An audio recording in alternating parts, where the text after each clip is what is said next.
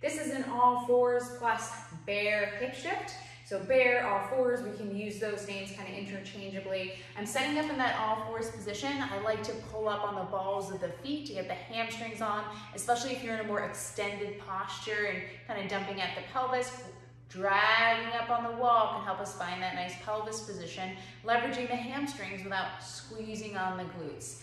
In this all fours position, shoulders over wrists, thinking about protracting and kind of pushing through the ground so that I can not here, but I'm pushing through, utilizing my serratus, staying active in the upper body, watching that I don't push through too much so I round like an angry cat. In that setup, I'm tending to kind of overuse my rectus muscles and maybe compressing my chest, which we want to try and avoid. Being in this position, of course, can be fatiguing, so tune into that and we'll kind of hold you in this position for a number of breaths that is kind of suited for where you're at. So thinking about pushing through all 5 fingers, shoulders back, dragging the balls of the feet up. My gaze stays forward in an effort to keep my chest open, and this position is a great opportunity to get that nice 360 expansion. So as I inhale through the nose, feeling that air travel to the back, the chest, the sides, and then exhale out the mouth. Keeping the chest open, sternum forward, and watch I'm not clenching on the glutes. So I don't want to squeeze my glutes. I'm pulling up on the balls of the feet. Inhale and exhale.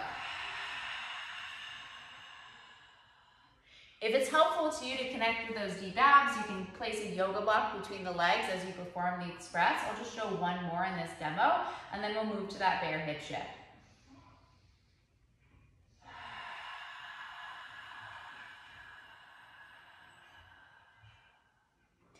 Also, something too to be cognizant of is that you don't lock out your elbows.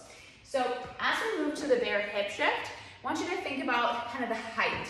A standard yoga block might be a little bit high. The reason why you might want to do something a little bit thinner, or I have kind of 2 of these back to back, which is still thinner than your standard yoga block, is because we may not have that range available in the hip. So when we go to do the hip shift, if we're trying to go that full height, we might move through the lower back and find that rotation kind of compensation. So we might find that movement and rotation through the lower lumbar instead of getting it at the pelvis, which is what we want.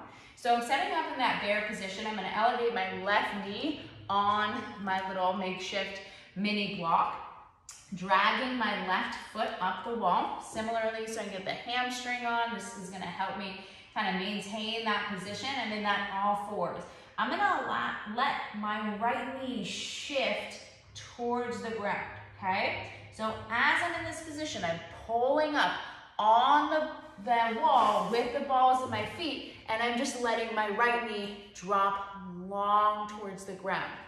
If you have a block that is too high, when you go to drop long, you will find that you have to shift through the low back area to make that full rotation happen. So that's going to happen through a little bit of compensation. So that's a little bit more distance than my body might have, and then I kind of hike the hip or compensate in some way. And we don't want you to feel this through the low back. We want to feel that shift through the lower body.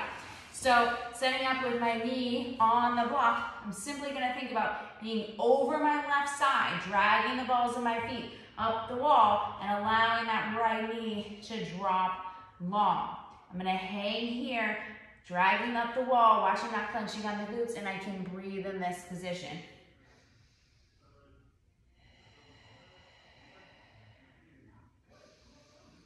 So I should feel a nice little stretch on the back side of that left hip.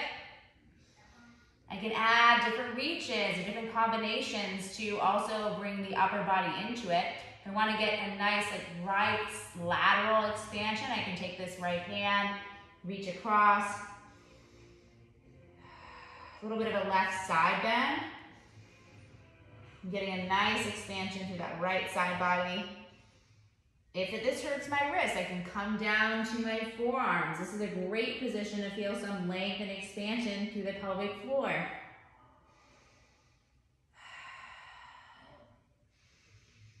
I can even supinate, palm up on one side to drive some expansion on the back body. So play around with it.